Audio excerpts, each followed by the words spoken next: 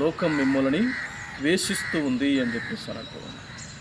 ఎందుకంటే మనం లోకానికి చెందినటువంటి వాళ్ళం కాదు, లోక సంబంధమైనటువంటి విషయాలకు సంబంధించిన వారం కాదు.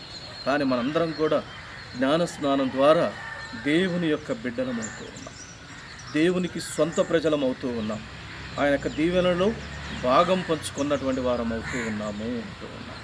కాబట్టి లోకానికి వ్యతిరేకమైనటువంటి వారిని లోకము ద్వేషిస్తుంది, హింసిస్తుంది అనడంలో ఎలాంటి ఆశ్చర్యం లేదు.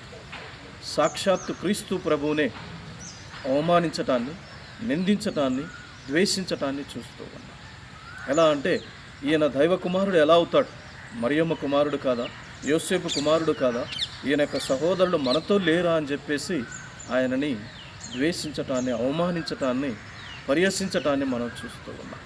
అంతెందుకు, మనం కూడా ప్రతిరోజు బైబిల్ గ్రంథాన్ని పట్టుకొని దేవాలయానికి వస్తూ ఉంటే చూసి మనల్ని కూడా నవ్వేటటువంటి వాళ్ళు ఉన్నారు. భక్తురాలు వెళ్తూ ఉంది, భక్తుడు బయలుదేరాడు, ఈయన కంటే గొప్పనైనటువంటి భక్తుడు ఈ ఊర్లో ఎవ్వరూ లేరు అని అవమానించేటటువంటి వాళ్ళు, హింసించేటటువంటి వాళ్ళు లేకపోలేదు.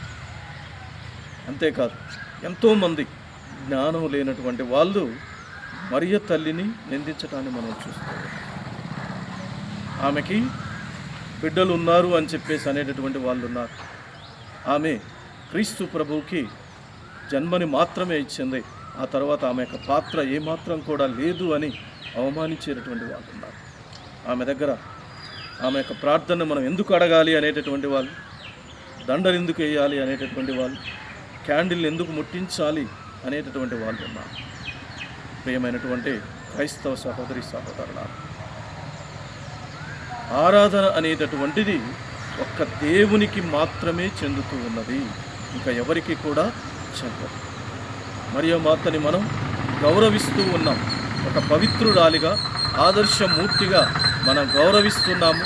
ఆమె యొక్క ప్రార్థనా సహాయాన్ని అడుగుతున్నామే, కానీ ఆమెను మనం ముమ్మాటికి ఏ ఒక్కరు కూడా, ఏ క్రైస్తవుడు కూడా ఆరాధించడం లేదు.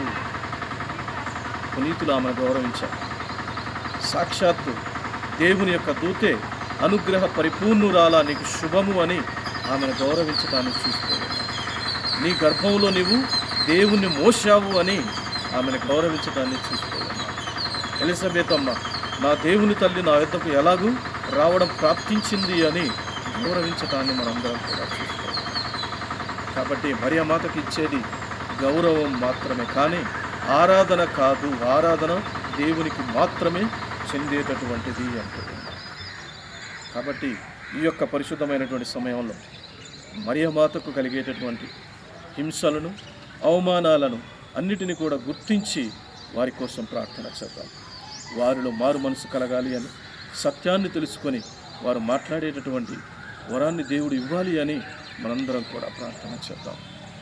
అవును క్రైస్తవ సహోదరి సహోదరులారా, మనం పొందేటటువంటి ఈ చిన్ననైనటువంటి అవమానాలు, నిందలు, పరీక్షలు, అవహేళనలు అన్నీ కూడా క్రీస్తు ప్రభువు పొందినటువంటి హింసల ముందు ఘోరంతే అని చెప్పవచ్చు. ఆయనను హింసించినటువంటి వాళ్ళు మనల్ని కూడా హింసిస్తారు అని ఆయన అష్టభాగ్యాల్లో మనందరికీ కూడా తెలియపరుస్తూ ఉన్నారు. కాబట్టి మనకు హింసలు, అవమానాలు, నిందలు ఇవన్నీ కూడా ఎదురుపడినప్పుడు మనం ఆనందించాలి, సంతోషించాలి. ఎందుకు అంటే నేను లోకానికి చెందిన వాడను కాను, నేను దేవునికి చెందినటువంటి దానిని, దేవునికి చెందినటువంటి వాడను అని మనం ఆనందించాలి. కాబట్టి ఈ సమయంలో మనం ఆలోచన చేద్దాం. నీవు లోకానికి చెందినటువంటి వాడవా, దేవునికి చెందినటువంటి వాడవా? దేవునికి చెందినట్లయితే నిందలు, అవమానాలు అన్నీ కూడా నీవు ఎదుర్కోవాల్సి వస్తూ ఉంటాయి. లోకానికి చెందిన వాడవైతే మాతో ఒకరు అని వారు ఆనందిస్తారు. కాబట్టి నీవు లోకానికి చెందిన వాడిగా ఉంటావా, దేవునికి చెందిన వాడిగా ఉంటావా? దేవునికి చెందిన వాడిగా ఉండి హింసలను, నిందలని, బాధలని భరించి దేవుని మహిమలో భాగాన్ని పొందుతావా మరియ తల్లి వలె? పితా, పుత్ర, పవిత్రాత్మ నామమున